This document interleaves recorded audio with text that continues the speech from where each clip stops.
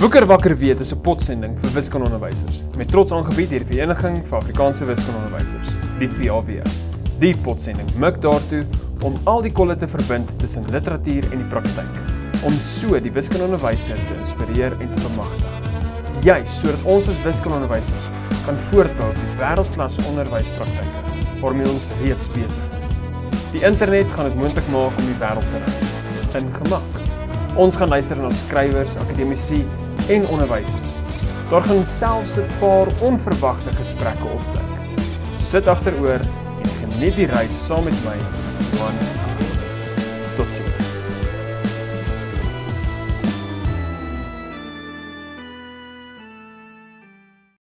Ek het dit goed gedink om 'n podsending te begin, want ek dink ons as wiskunde-onderwysers het nodig om bietjie meer met mekaar te gesels, ander stories te hoor, sodat ons praktyke daar kan aanpas of verbeter of verskerp.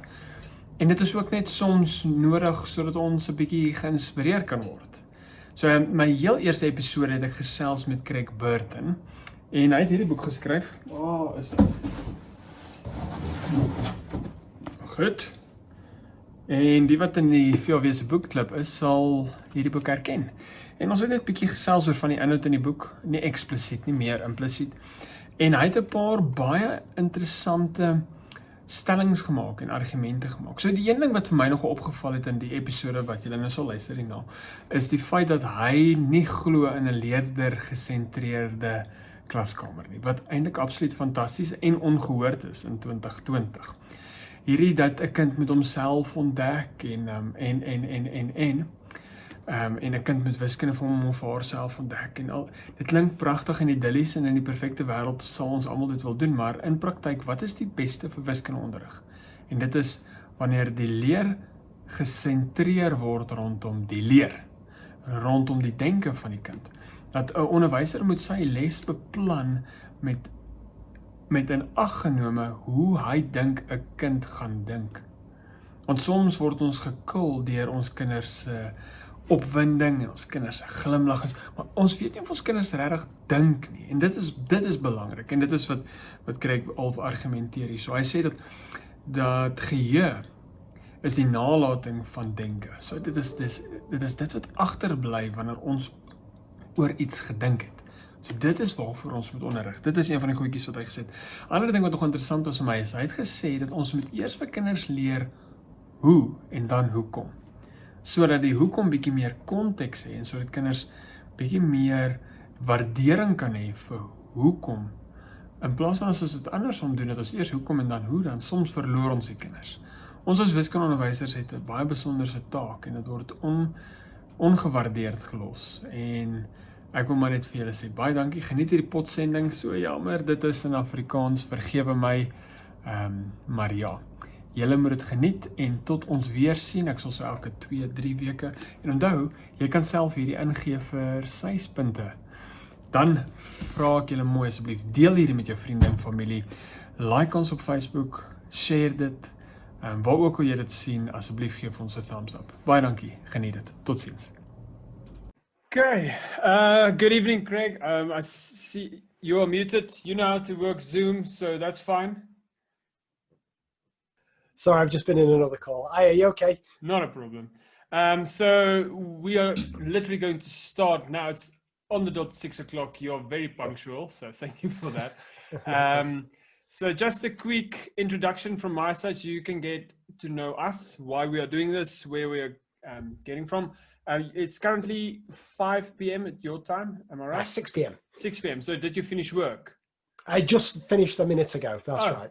So thank you for the time you are sacrificing. No, it really means a lot. For the people that are tuning in, so this is also going to be converted into a podcast that we run.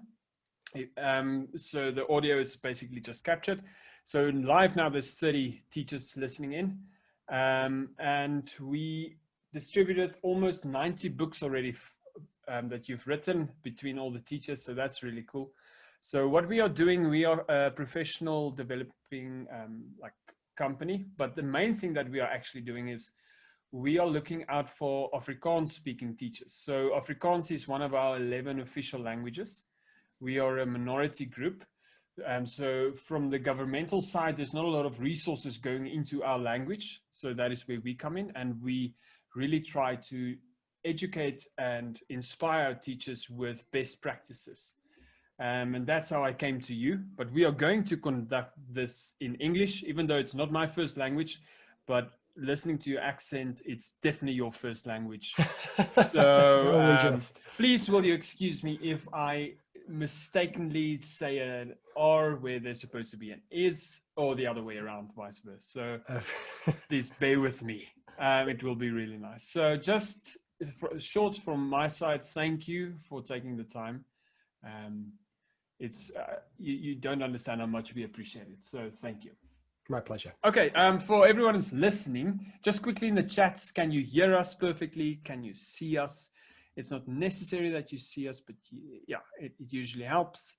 So they're going to reply in Afrikaans or English. I'll translate. And if you have any specific questions, the last 10 minutes, we will dedicate to 1 or 2 questions in the Q&A, and I will direct that to Craig. Okay, I can see that you can hear. Awesome. Okay, so basically, I have 2 extra copies today that I can give to the teachers. I have 3 in my room. So I'm not going to read these 2. I'll just read the one I've been reading. So at the end of the day, I'll send these 2 books to 2 lucky teachers who don't have the book yet. Okay, so Craig, let's start. In short, please tell me your journey from birth to loving maths. Just in 2-3 minutes, how did you come about loving maths? I assume you love maths because you cannot teach it if you don't love it. Yeah, I do. Firstly, thank you. Thank you for the kind invite to come, and thank you everybody who's tuning in. I know you're probably tired this time of year and stuff, and there's a lot going on in the world. So thank you for tuning in to a discussion about mathematics. Apologies that I'm going to be speaking in English. Many people in England can't understand me, so if you're understanding me, you're doing really well. I'll try and speak a bit slower than I normally do. So yeah, my journey's a very simple one. I always enjoyed mathematics at school. It was always my favourite subject. Ever since I was little, I wanted to do maths and I wanted to write. I like writing stories. I always like writing books.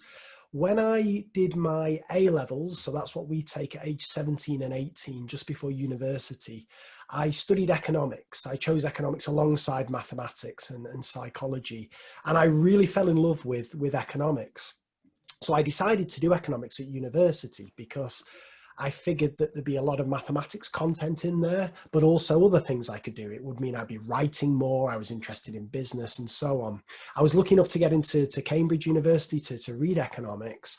And that was the only time when I was in 2 minds whether to pursue becoming a teacher or not, because a lot of my friends were all getting these big money jobs as investment bankers, as hedge fund managers, all this.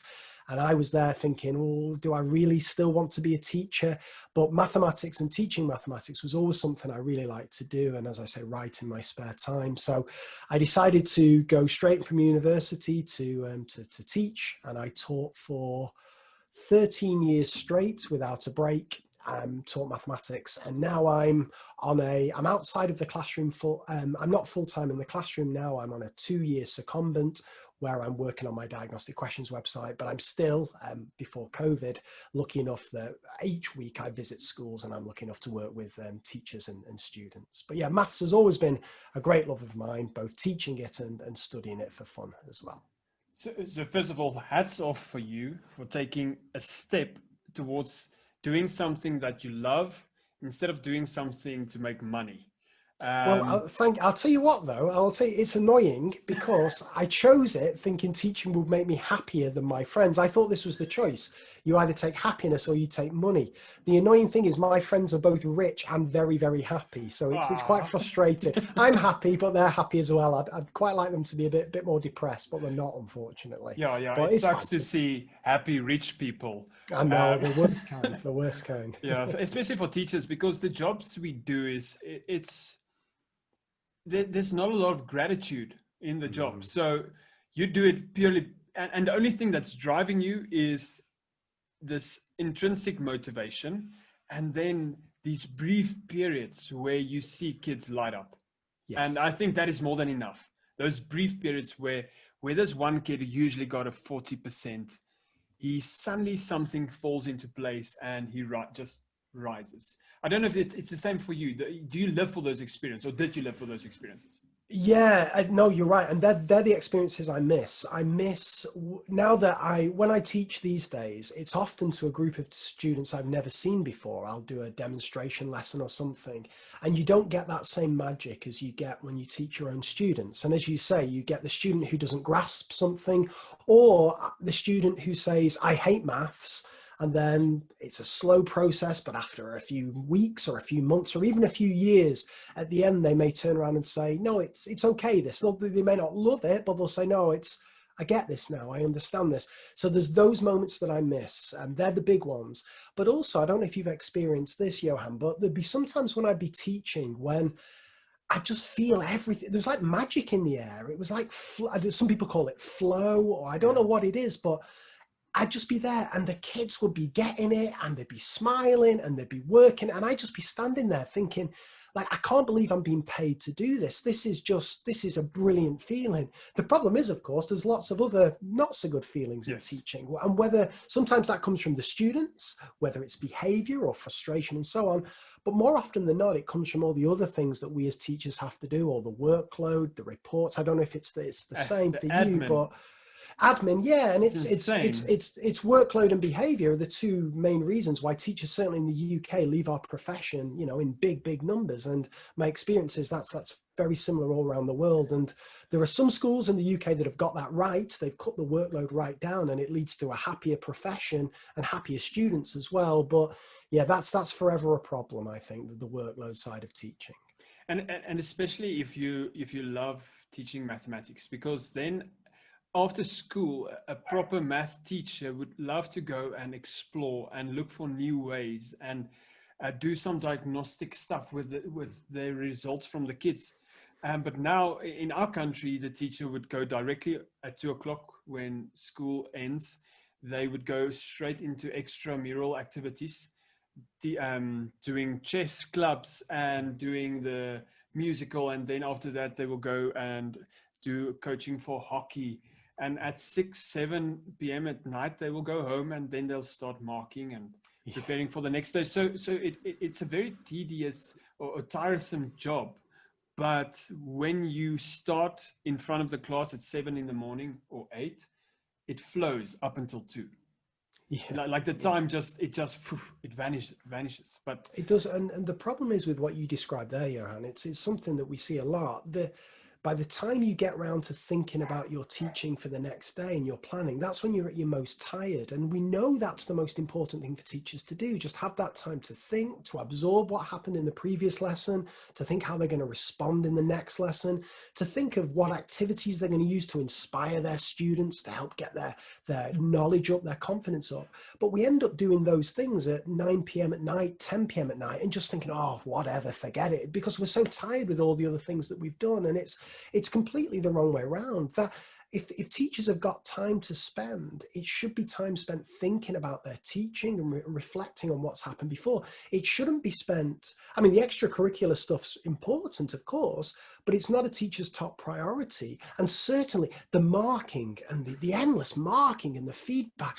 The fascinating thing about this is, and this, I only discovered this, 4 years ago when I was researching for my first book, that if you look at all the research into marking and feedback, the fascinating thing is that 50% of the studies into feedback suggest that feedback has a negative impact on student outcomes. And yet that's what we spend hours, and I used to spend hours on a Sunday marking, writing all this information, do this, try this. Not only was it having potentially a neutral impact, it may have been having a negative impact on my students' learning. And but it looks good. It looks good. It's evidence in books. It's a kind of a proxy, a representation that of teachers' work. This is the problem. So teachers feel obliged to do it. Leadership teams tell teachers to do it, but it's all a waste of time. Or the majority of it's a waste of time. It's frustrating. So I think this whole pandemic that has hit us since March has given us this time to reflect on our practice, because in our country, we've been in a dead lockdown for months, and we just recently started to open up the alternating grades. Some schools alternate genders, one day males, one day females. So teachers had time to reflect, because now they cannot do the standard marking. And suddenly they realize, but their kids, they are not worse off when I'm not marking their books. So why am I marking their books? So, and this is what's so great about your book. It's not only your opinions. You do give your opinions, which is great. And then you back it up with evidence, with research. And that is something you can do if you have time on your hands. So all of these teachers, and that's what I want to say to the teachers who's listening now, like, even though you have all of these extra activities, you still find the time to sit on a Wednesday night to develop professionally. That's insane. Like buying out time to read a book to develop professionally. That is saying something about you as a character. So yes. what you basically did is you've put down and synthesized everything that a standard math teacher, and I believe it's very, very true for South African teachers, need to know and can debate with, and to improve their practices in the classroom. Because in our country, it's very traditional. It's teacher-led, it's teacher-centered, but there's this big push to learner-centeredness and a big push to problem-based learning and project-based learning. And but it hasn't taken off yet, but it's in the mainstream education media, if I can put it like that. Yes. So, and what's cool about your book is you sort of debunk it. You say, I don't think that that's the best approach, and here's the evidence why. So let's start off there. Student-centeredness, constructivist ideas, where you have to put a problem there and a kid should explore it. And then the kids should be guided through this magical journey towards some connection, and that will lead to conceptual understanding, and etc., etc. It just sounds so awesome. And that's basically the thing about mainstream anything. It sounds awesome, but that doesn't work. So yeah, please give me your take. Well, I know you said only an hour because you have kids, I have kids, and we only have an hour. So keep it within the hour frame. Now, the thing to say before I say anything is I'm no expert on this. I'm speaking as a teacher who I taught for 12 years without reading a single piece of research, without reading a single educational book, partly because I had no time, as we've already spoken about, but partly because I thought I was doing okay. I thought I was teaching pretty well. My students were getting pretty good results. Everything was fine. It was only when I started, I have a podcast, and it was only when I started interviewing people on my podcast, people like Dylan William, Robert Bjork, Doug Lamov, the world's leading educational experts, when I would interview them, and they would start talking about, well, what about research into memory? What about cognitive load theory? All these things I'd never even heard of. It's only when I started reading that research that I thought, wait a minute, the way I used to be teaching wasn't based on any foundations whatsoever. It was just either how I'd been told to teach, or when we have Ofsted in the UK, our inspectors, when they would come in to watch me teach, I was getting good grades left, right, and center. It was, teaching fantastic. But it wasn't based on any evidence. So it was only when I started reading the research and thinking, I'm not so sure I'm doing things right here, that I started questioning absolutely everything I did. And it was really tough because, as you've described there, Johan, it sounds such a great idea to present students with a problem and essentially say to them, see what you can figure out. And then as a teacher, be there to, maybe steer them along the way. You facilitate. Exactly right. Exactly right. And it sounds fantastic. And that's the way a lot of my teaching used to be.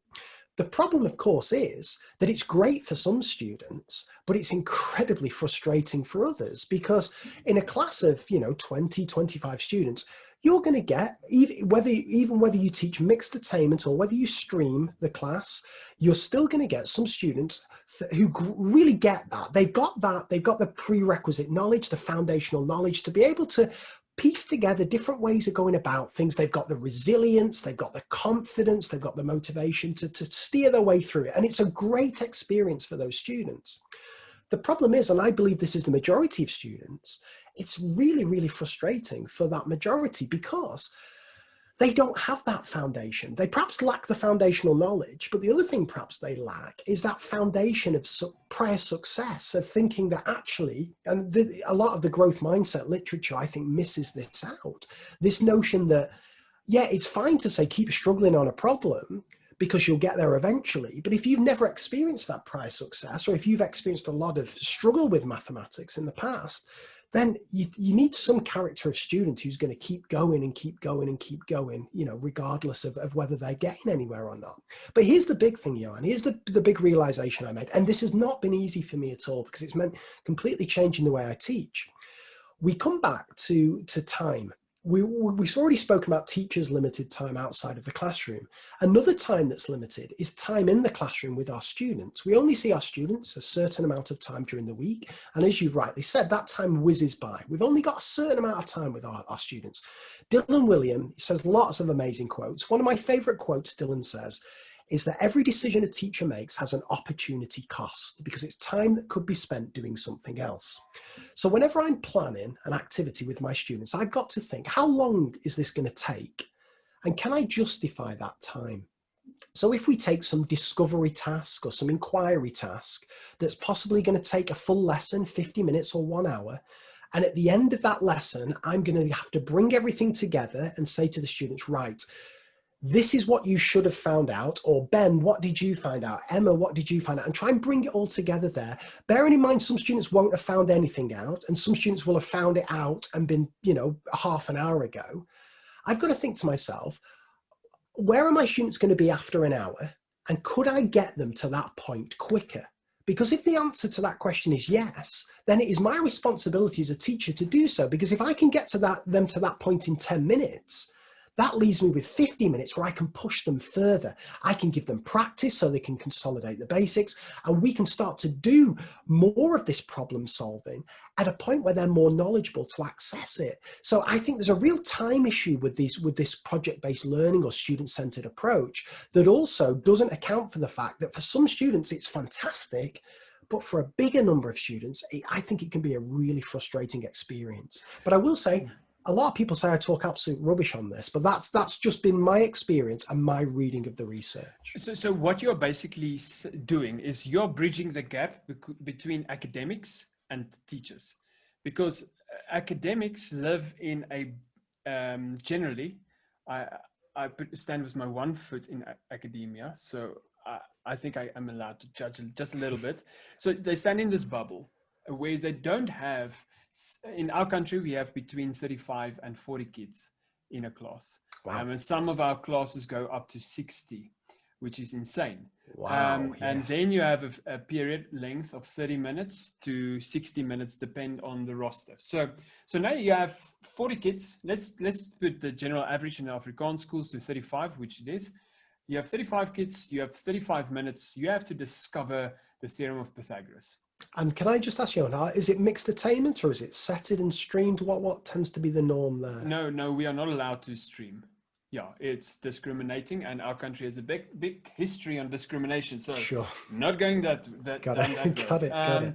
So it's mixed. So you have kids from 5% to 100%. Everyone in the same class. Yes. So in theory, in utopia, it's sort of like socialism, but that's a different talk. In theory, it will work. Like my kids, my literal kids, who's going to knock at that door at any surprising moment now. I am constructivistic orientated with them. I want them to discover. I want them to play outside. I'm not going to direct instruct them how to climb a tree. But if I have 35 kids in front of me, I'm going to teach for a normal distribution. And the reason is I don't have time. I have limited resources, etc., etc. Ideally, I would like to lead learners along a path. And there is some ways we can do that now with technology, which maybe later on we can have a talk about. Definitely. But direct instruction has been working for the last 100 years. So why do we want to change it? And there's this big movement of learner-centeredness, which is, it sort of appears to me like an ideology, where kids get medals for everything. Everything is about the learner and their experience. And sometimes we do that at the cost of the teacher. We do that at the cost of administration staff, etc. So there's this fine balance that we have to work around. Now, if we go down the approach of explicit teaching, and you said in one of your talks, you said we should teach how first and why second, which for me, when I first heard it, it bounced off and I had to rethink. And then it made sense. Like if I taught grade 8 and 9, which is 13, 14, 15-year-olds, and they would come to me with prior knowledge, which was just given to them and then drilled into them through examples. And I had the opportunity to tell them why that worked. Yeah. And that was amazing. Yeah. And now I give them new knowledge and the next teacher can tell them why that works. And when I started to teach that way, suddenly a lot of stuff fell into place. There was these moments of discovery, which is good, and moments of awe and wonder, and then it was these moments of practice and exercise and drill. So there's this mix, because some teachers are all exercise, practice for the exams, do a million exam papers. I see you have that in your book as well. And then the others are let them explore. So there's this mix. So just give us a little bit more about why you say we should teach how first and why later. I think maybe it has something to do with the cognitive load theory. Well, this is fascinating. So this is one of, when I wrote the book, I genuinely didn't think it would be controversial. I was just writing, kind of getting all my thoughts down. And it turns out it is controversial. And this is one of the most controversial things. So there's a couple of things I want to say before I start this. The first is that there's a misconception about my view of teaching that is like, of course, I think every teacher, every maths teacher, perhaps every teacher in the world wants their students to understand why they're doing what they're doing, why they're carrying out a method, why the method works and so on. Whether we label it as conceptual understanding or whatever, every teacher wants the students to understand why. And I am no different to that. Nothing would make me happier than all my students to understand why we do everything that we do, because it makes everything make more sense. It allows them to draw connections. It stops maths being this load of abstract methods that students just have to remember. So of course I want my students to understand why. But the mistake I made in the past was the why always came first. So I would never dream of teaching a method, whether it's, let's say Pythagoras' theorem, to use your example, or factorizing a quadratic or whatever it is. I would never dream of teaching a method before first showing the students why the method works. The problem is, and it took me 12 years to realize this, that whenever the why is significantly more complicated to understand than actually doing the thing, the risk you run is that you lose the kids before you get to the how. Yes. And it's like the message that I end up saying to kids is, right, we're just going to get through this because I'm going to try and show you why this works, but don't worry if it's complicated. Don't worry if you don't quite understand it. But the thing is, I'm losing kids left, right, and center. Kids who, it goes back to this success, kids who have quite a negative experience with mathematics, who feel less confident, they're looking at all this magic stuff that's going on the board. They don't have a clue what's going on. I've lost them. Whereas, and this was a real big change for me, I started experimenting with this about 4 or 5 years ago as I was researching for the book. I thought, what happens if I say to the kids this? I'm going to teach you something new today. I'm not going to show you why it works just yet. What I'm going to do instead is I'm going to teach you and we're going to get really good at it. And then next lesson or next week, or as you say, next year, that thing that you're really good at, that thing you enjoy doing, we're going to look at why it works. As opposed to what I've been doing for many years, let me try and show you something really complicated that you've never seen before, you've no interest in, you've no skin in the game, and I'm going to try and convince you why it works. It doesn't work that way around for me. Now, for some topics, it makes perfect sense to do the why first. With some classes and some students, it makes perfect sense to do the why first. The mistake I made for many years is I would always do it. It was like a straitjacket. I felt that was the way to teach. Teach conceptually first and then do the practice. And then it's like you qualify to do the practice because I've shown you why it works. Now we're allowed to practice it. Whereas now I just try and be a bit more flexible. And my main kind of way of deciding is if the why is significantly more complicated than the how, let's just shift them around. Let's do the how first, get the kids feeling good, get them practicing, and then let's revisit the why when they're better equipped, they've got more knowledge and more interest and more confidence, so they're better equipped to understand the why. That's my way of thinking about it these days. The thing I really like about it, and I've read about growth mindset as well with Joe Bowler, and in the ideal world, we would love to get all our kids on the same path at the same time, on the same point, traveling to the same destination. But Yes. as teachers in a classroom, who's not teaching one pilot study group, who's set up, whose minds are ready to be taught by this professor or whatever. In practice, when we teach, we want to teach for the majority. Because as a teacher, you will feel fulfilled if the majority of your learners get to pass through the school system. So, and this is why it's controversial, because it feels off if you don't think about it. So here's the thing: if you teach how first, and there's this kid who's never going to understand it conceptually. Let's say, I know I'm not allowed to say that, but let's say there's kids who's not going to make the effort. They just want to know how to complete the square. They don't want to think about it. They want to see the recipe. Yep. And now the kid does it, boom, boom, boom, always gets it right because he knows it procedurally. Yep. And that kid's in school, gets a job, they are happy. And you are hitting 95% of the group if you teach a procedure. Maybe you'll lose 5%. I don't know why you would lose them, but say maybe you'll lose them. And then afterwards, when you teach the why, then only 30% of the learners will sit there and they will listen and they will investigate and they will dive deeper into this. But at the end of the day, in the exam, everyone will get it right, regardless whether they understand it procedurally or conceptually.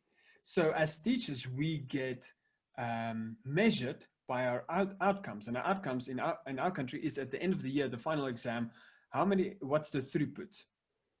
So if we are measured by that, then we are going to teach by that, which maybe from a constructionist viewpoint it's wrong, and we are doing a big sin or whatever. But at the end of the day, the job gets done. Yeah, and I think it's even more than that. I think there's two parts to this. I think you're right. We would be very naive to think that it isn't important what happens when the child sits that final exam. And I know you're right. You almost feel guilty saying it, that you're teaching your students to do well in that exam. But we know with life chances, poverty, all these things we know are really influenced by how students do in these high stakes exams. So that's one thing we've always got to bear in mind as teachers. We want our students to do well in those exams. But the other point is that if we take the complete other view, that we want our students to enjoy mathematics and conceptually understand mathematics, regardless of how well they do in the exam, yes, I still think it makes perfect sense sometimes to flip it the other way around. So to take your example, which is a great example, if you try and take completing the square, you try and teach that conceptually first, and 30% of kids get it and 70% don't.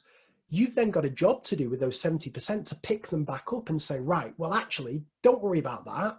I'm now going to show you how to do it. Whereas if you do it the other way around and you get the vast majority on board, I think firstly, the first thing to say is you're going to get that percentage of kids who get it conceptually is going to increase, but also it almost doesn't matter quite as much because you've kind of done the hard work, you've done the procedural stuff. So if you start losing kids when you start to do the conceptual stuff, it's not as big a problem as it would be if you lost them before you did the procedure. So yeah, I think there's two strands to this. There's the exam performance side of things, but there's the enjoyment and understanding of mathematics. And I think that, yeah, for too many years, I've been really constrained in show them why it works, teach them how to do it. Show them why it works, teach them how to do it. And I don't think it's the right way all the time anymore. So from another topic in your book about motivation, and that basically bolts on this. So we want kids motivated, because then they will be this, they will drive themselves. It will be some form of self-directed learning. If you're motivated, you will wake up at 5 a.m. to study for a test. If you're not motivated, you won't.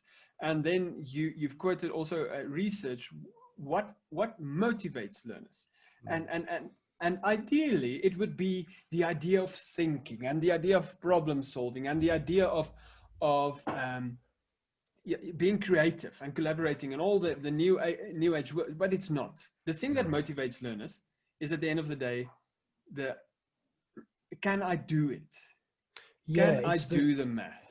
And when they do, I think it's again, I had this wrong for so many years. It's this, I mean, there's definitely a virtuous circle where there's definitely some kind of bi-directional relationship going on, where kids are successful, therefore they're more motivated, so they put in more effort, so they're more successful, and it spins around and you're laughing. Or of course, there's the vicious circle where kids are demotivated, so they put in less effort, so they're less successful, so they're more demotivated, and so on. So you want to get them on this virtuous circle. But the mistake I've made for many years, because I never thought about it or never read any research, was I would plan for motivation. I'd plan tasks thinking, what's going to inspire the kids? Now, this is all important. Of course it is. We don't want to bore the kids out of their minds.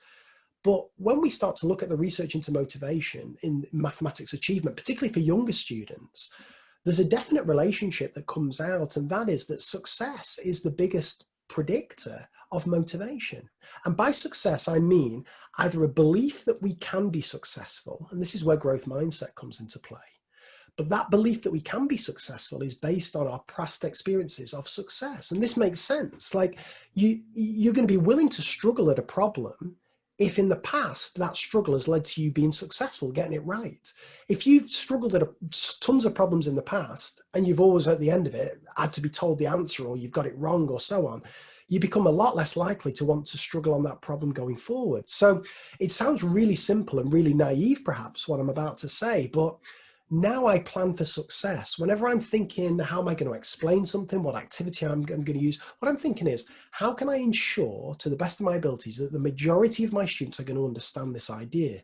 Because then the motivation kind of takes care of itself, because the kids are feeling successful, they're enjoying themselves, they're motivated, they want more challenges. I can then ramp up the difficulty. I can start to give them some of these more interesting mathematical problems, but only if I ensure, and to the best of my abilities, and help them be successful, help them feel good about their understanding of mathematics.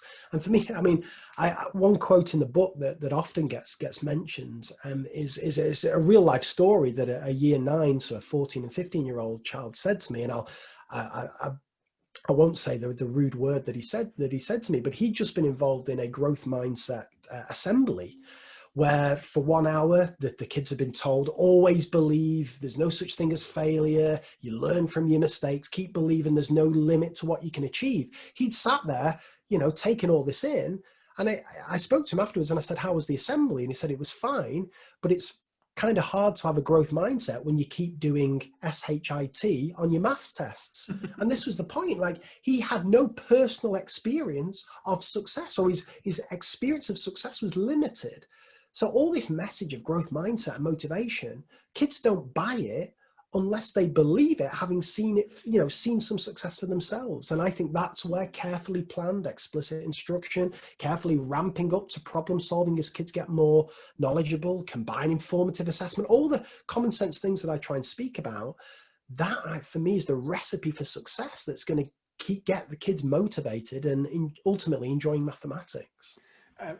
Are you familiar with Cal Newport?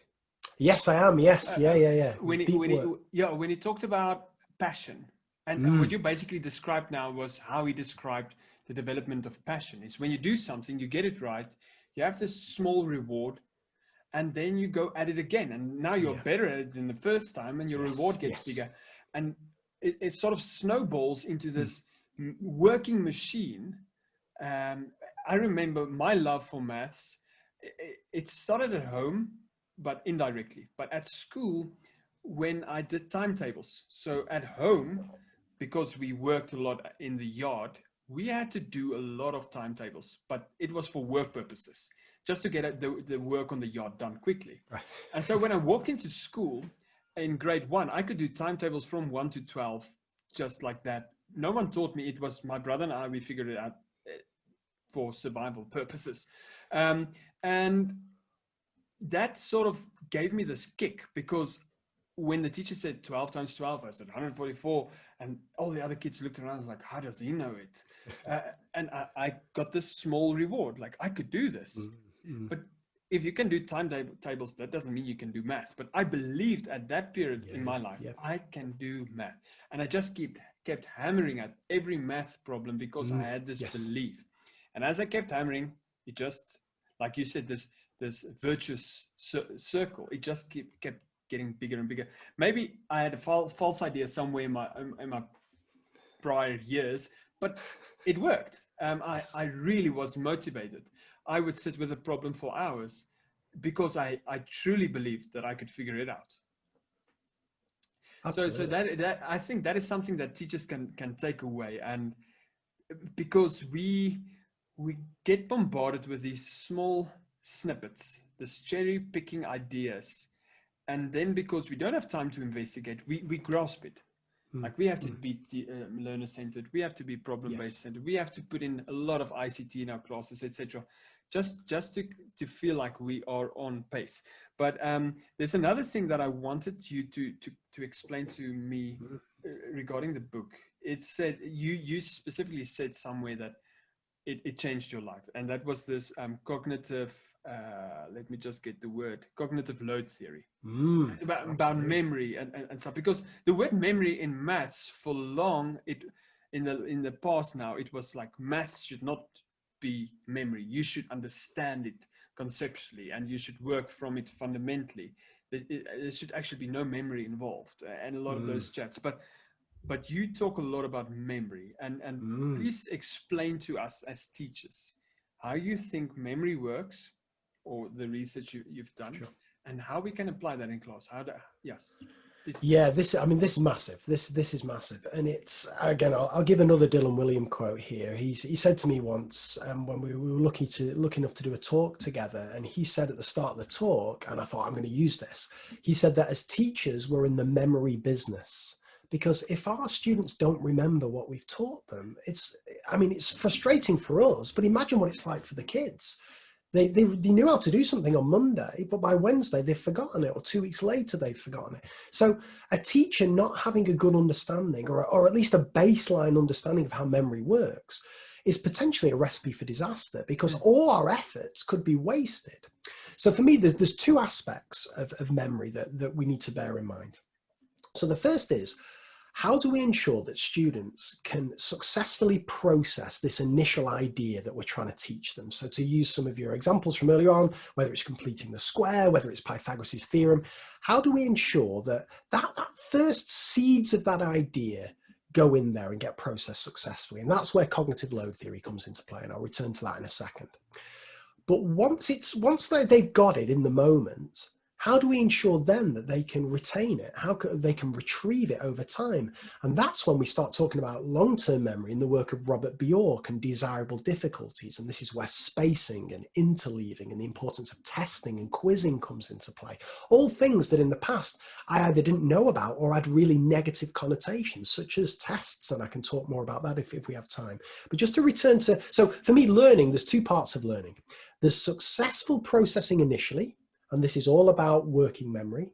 And then the successful retrieval over time, and that's all about long-term memory. You get those two things right, and kids learn and remember. If either of those is deficient, if kids don't take it in the moment, they're never going to get it. And if you don't build in opportunities for them to retrieve that information over time, they're just going to forget it. So we've got to get both of those aspects right. And that's the two components of memory: working memory and long-term memory.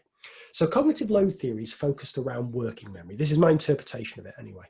And it makes the really obvious point that everybody's working memory is constrained. We can only process so much at any one time. You can only think about so many things.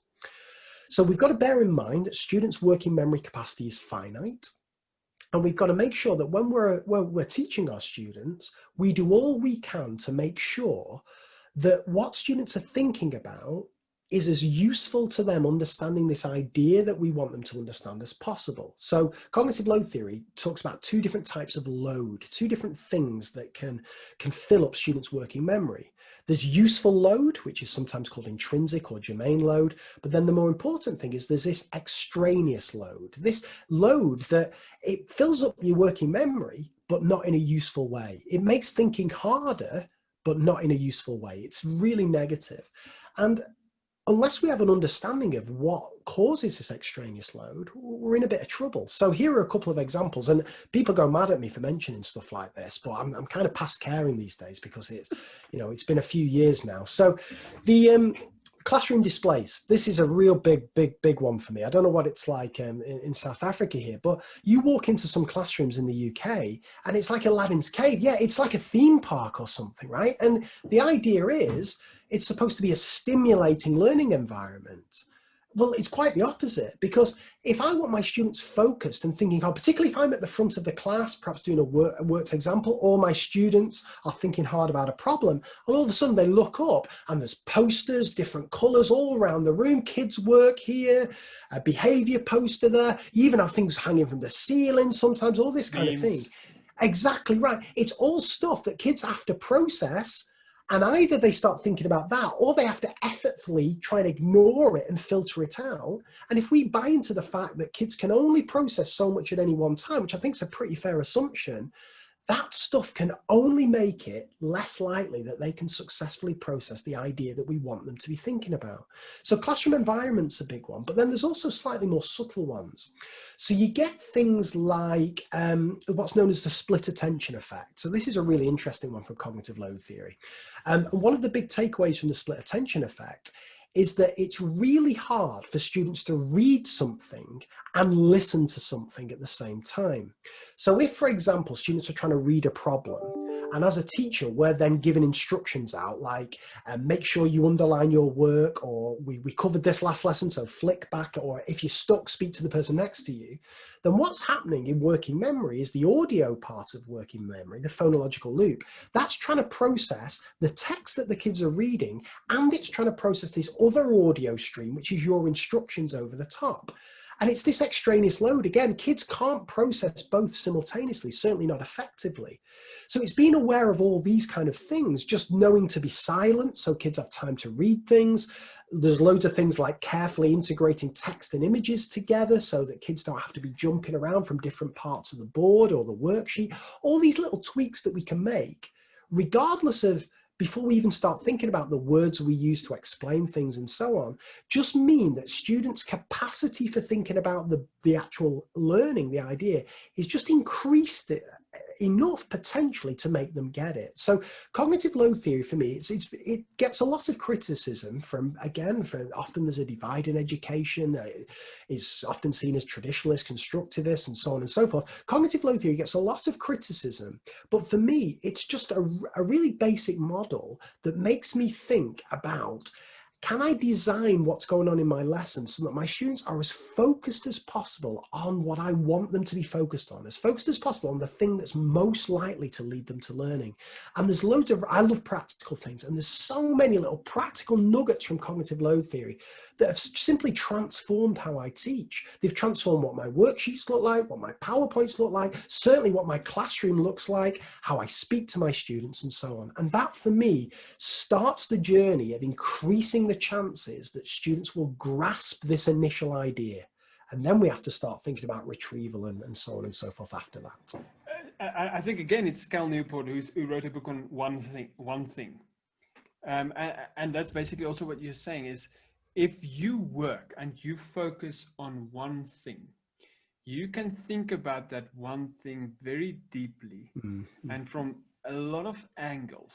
But if you get polluted with a lot of things, then suddenly you are doing everything half base. Yeah. And if you have a half times a half, then suddenly it becomes smaller. So one thing is bigger than a lot of of things being done. So particularly when you're first trying to grasp something, you're absolutely right. Now, it makes sense later on to start, you have, like, exam questions have got lots of distractions around them. They've got lots of context, lots of all the, exactly right. And also they're mixed up with loads of different topics. You have to switch and so on. But initially you want to be as focused on that one idea as possible. And yeah, that for me is what cognitive load theory is all about. And I love the quote you have in the book. It says, memory is the residue of thinking. Yeah, absolutely. Did I get it right? Yeah, memory's the residue of thought. Dan Willingham, absolutely. So what happens is and this is where we have to distinguish between teaching and practicing and testing. Because when you teach, you want the kids to understand one thing.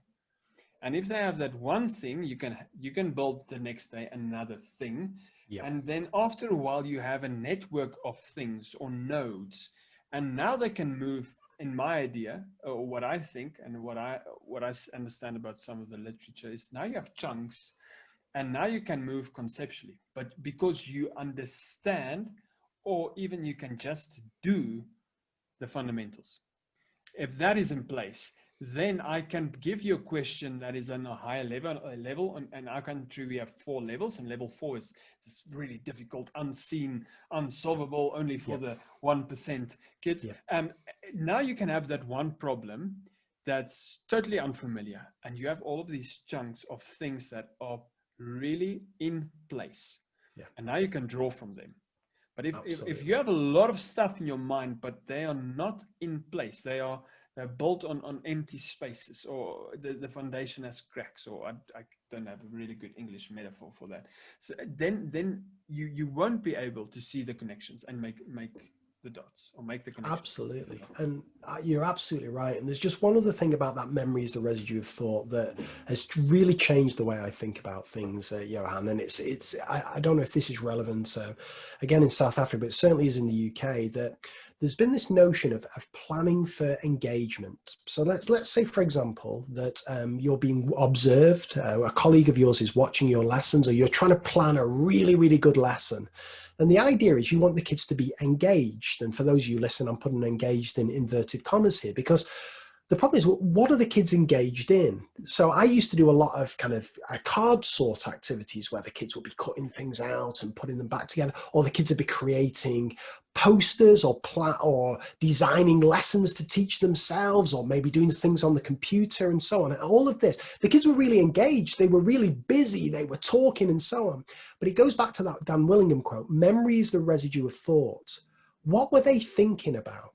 Were they thinking about the mathematics? Or were they thinking about making sure they cut these jigsaws up neatly? Were they thinking about what color pen they use? Were they thinking about what animations to use when designing the PowerPoint? Because if that's what they're thinking about, that's what they're going to remember.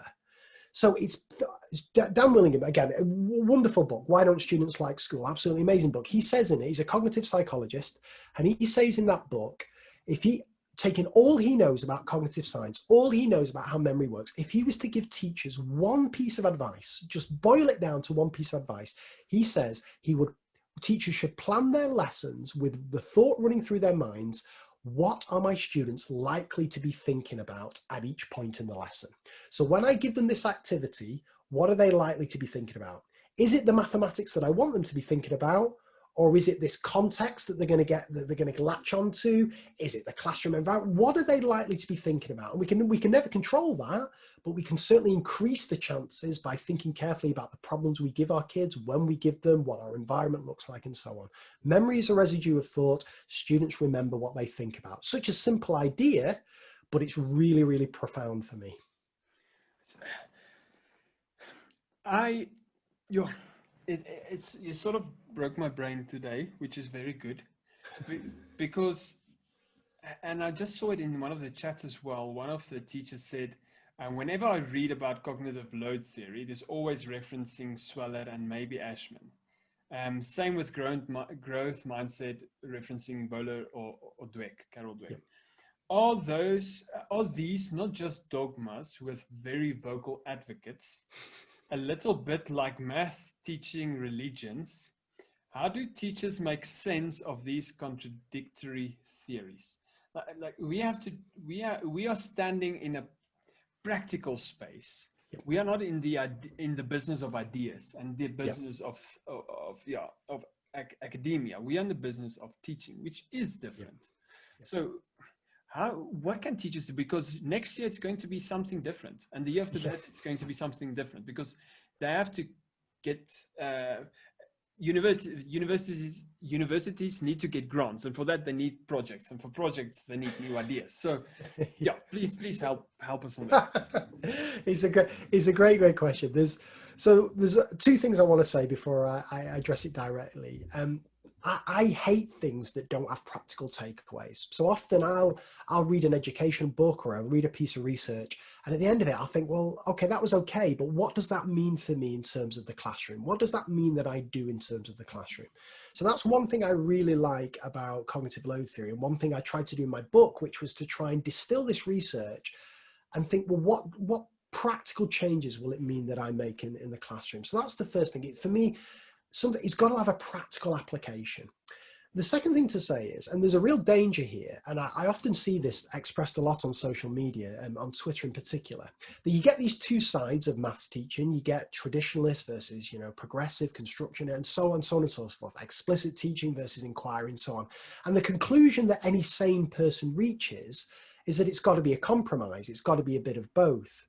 But here's the problem. I don't think it's as simple as that. Of course, there's got to be a bit of both, but for me, there's a definite order to it. So all the stuff that Joe Bowler talks about, and in the UK, Andrew Blair has the Inquiry Maths website, all that stuff I think is fantastic. All the stuff that Sweller talks about, Greg Ashman talks about, Rob York, I think is fantastic. But for me, there's a definite order. And that order is as simple as this. And maybe this is me being naive, but I'm going to use explicit instruction the first time I introduce students to an idea. I'm also going to use formative assessment to get a sense of what they know and what they don't know, and I'm going to respond my teaching accordingly. But whenever it comes to a new idea, I'm going to think really carefully through how I'm going to explain it. I'm going to do my process for worked examples where I split my board in two. I do silent teacher first, I do narration second, all the things I talk about. That's what I'm going to do. I'm going to take the lead when I first introduce my students to an idea. Then as my students get more knowledgeable, as they get more successful, as they do the routine practice, they start to get fluent. Then, and this cognitive load theory is all about this, then is the time when I start letting the reins off and giving the students more challenging material. I free myself up from the front of the classroom so I can then wander around, and the kids who are going a bit slower, I can help them out, whilst the other students start to go on their own path and so on and start to do the problem solving activities. So for me, there definitely is a compromise. You need a bit of both, of course you do, but you need it in a certain order. And the mistake I've made in the past is either I thought I was doing the wrong thing by teaching my kids explicitly. I thought that was a sin. I thought that was a crime. And then when I started reading that actually that might be a good thing, I started just being a bit casual. Well, sometimes I'll do some explicit teaching and sometimes I'll do some problem solving. Now I've definitely reached the conclusion that the ordering's got to be there. Let's get the kids knowledgeable. Let's get the kids successful by doing explicit instruction. And then they're at the point when they can start to then do the problem solving and really enjoy and embrace those challenges that in the past, not enough of my students did enjoy because they were quite a frustrating experience because they weren't knowledgeable enough to get the most out of them. But that's my take anyway. That's basically how you learn to do any vocational work. You learn how to do it first, and then with that knowledge later on, you discover some awesome ways to work around it. The last question before it's 7 o'clock and you have some family time. So I do a lot of reading on blended learning, and there's 1,265,014 definitions. And then within that, there's different opinions, etc. But the one thing I do like is the idea of flipped classroom. And the reason is, and I want your take, because I want someone to criticize this. You can have explicit teaching if you do the content good at home via video, via several examples. That can be done. And with technology these days, it is possible. And then when the kid comes to school, you can revisit, and then you have some freed up time. So I'm thinking about ways teachers can free up time to not only teach directly, because like you said, no, there should be some combination, but due to time constraints, because we have a lot of holidays and stuff that takes our academic year. So due to time constraints, we usually just do direct, which works 50 to 60% for the normal curve. But if we can introduce some form of giving kids opportunity to think about what they've learned, and I think usually we do that with homework, or we think we do that with homework. We want kids to go and think about this at home, which never happens. You have the odd right. 2 or 3 kids. Homework is not thinking time. So, and according to me, the research says homework is useless and not productive at all, and it doesn't work. So why do we do it? So, but with flipped classroom, it's the other way around. We do class work, which is cool for me because you work and you're engaged in the work. But listening tonight, maybe I can tweak my thoughts around it. So just give me your ideas. Yeah, it's really, I've been thinking a lot about this recently, actually. And particularly the role of technology and the situation many teachers around the world find themselves in now. So I've got a definite view on this, and this again is just my view. It's based on my interpretation of the research, but I think that technology can play 2 key roles in a kind of 3-stage journey through understanding an idea. So the first role it can play, and this is where the flipped learning can come into play, or the flipped classroom, is it can ensure that before kids come into your classroom to be taught a new idea, all that foundational knowledge of which the new idea builds on is secure in their mind. They're fluent, they've been reminded of it. So to give an example, imagine we're about to teach, let's say, completing the square. Before you teach your kids completing the square, we can write a list of all the things that kids need to know before we teach them completing the square, whether it's what is a quadratic, whether it's factorizing, all those kind of things that we want the kids to be secure on. And we can set them quizzes or give them videos to watch, online stuff, because it's all stuff that they've seen before. And we can, as long as the kids do it, and that's obviously a big part of this, as long as the kids do it and engage in that, then the chances are when they come to us in the classroom, we can just crack straight on with teaching them the new idea, and we save ourselves 10, 15, 20 minutes. So I think that's one role that technology can play straight away in terms of getting kids up to speed with stuff that they have learned in the past, ready to learn the new idea. Then the teacher comes in, and this is the bit for me technology can never replace. Then the teacher comes in to inspire the students to learn this new idea, to respond into the moment to the different needs, to link together the different areas of mathematics, to use that knowledge that they've got, the relationships that they've built up with the students, to inspire them, to teach them well, to bear in mind cognitive load theory, all that's going to help them process that idea. And then the third part of the journey is where technology can really come into play, and that's retrieval. Because here's the problem.